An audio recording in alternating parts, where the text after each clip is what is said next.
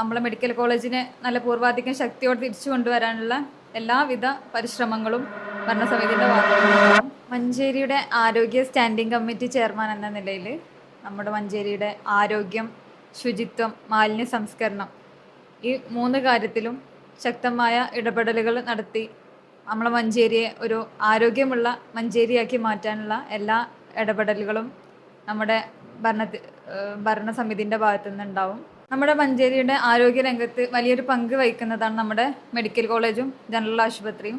ഇത് രണ്ടും നിലനിർത്തിക്കൊണ്ട് തന്നെ നല്ല രീതിയിൽ നിലനിർത്തിക്കൊണ്ട് പോകാൻ നമ്മളെ ഭരണസമിതി എന്തായാലും ശ്രമിക്കും.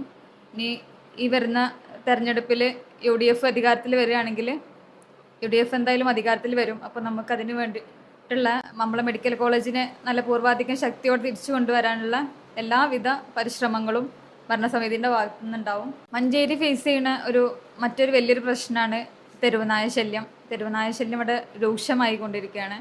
അപ്പോൾ അതിനെതിരെ അടുത്തന്നെയായിട്ട് നമ്മളൊരു സ്റ്റാൻഡിംഗ് കമ്മിറ്റി വിളിച്ചു ചേർത്തിട്ട് അതിന് വേണ്ട നടപടികൾ സ്വീകരിക്കണമെന്ന് ഉള്ള എല്ലാ പരിശ്രമങ്ങളും ഉണ്ടാവും.